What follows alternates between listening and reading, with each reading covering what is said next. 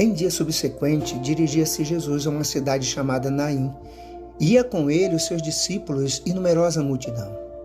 Como se aproximasse da porta da cidade, eis que saiu o enterro do filho único de uma viúva, e grande multidão da cidade ia com ela. Vendo-a, o Senhor se compadeceu dela e lhe disse: não chores. Chegando-se, tocou o esquife e, parando os que o conduziam, disse: jovem, eu te mando, levanta-te. Sentou-se o que estivera morto e passou a falar, e Jesus o restituiu à sua mãe.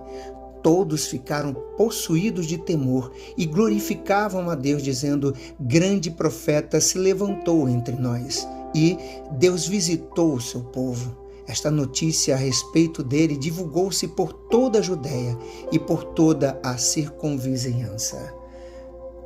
Lucas capítulo 7, versículos 11 a 17.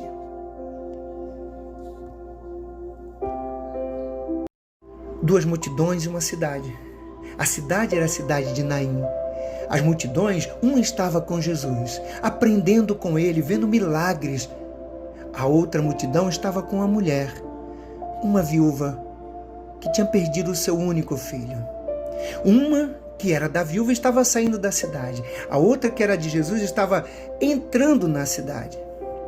Aí algo tremendo acontece. Jesus, ele percebe o que está havendo. Ele olha para aquela situação. Ele se aproxima da viúva, da mãe, e ele diz: não chores. Então ele transmite uma mensagem de consolo. Mas não para aí. Além da mensagem de consolo que ele transmite, ele para a condução daquele enterro, ele se aproxima e toca no esquife, e ele diz assim: jovem, eu te mando, levanta-te. E a Bíblia diz assim: sentou-se o que estivera morto e passou a falar, e Jesus o restituiu à sua mãe. Deixe eu dizer uma coisa para você. Eu não sei qual é a sua perda. Se é a perda do sonho, se é a perda da vontade de viver, eu não sei qual é. Mas eu quero te dizer uma coisa. Eu levo para você a mensagem daquele mesmo Jesus que olhou para aquela viúva e disse: não chores. Não chores, meu querido e minha querida, porque Ele está contigo.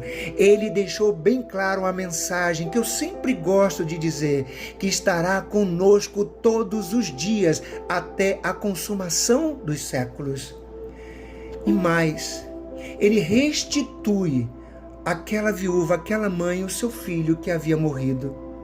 Eu não sei o que você perdeu. Eu não sei exatamente quais são as suas perdas, mas eu quero te dizer uma coisa.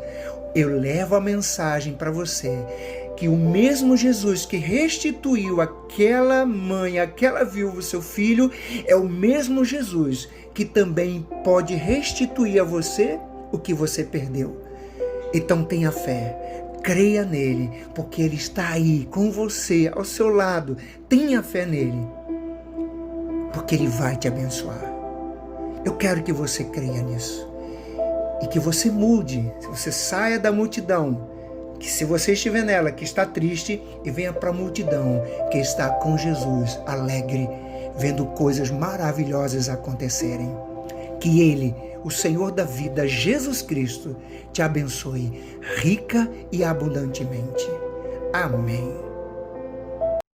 Senhor meu Deus, eu ergo a minha voz agora e clamo, Paizinho querido, por aqueles, por aquelas, Paizinho querido, que estão passando por um processo de perda.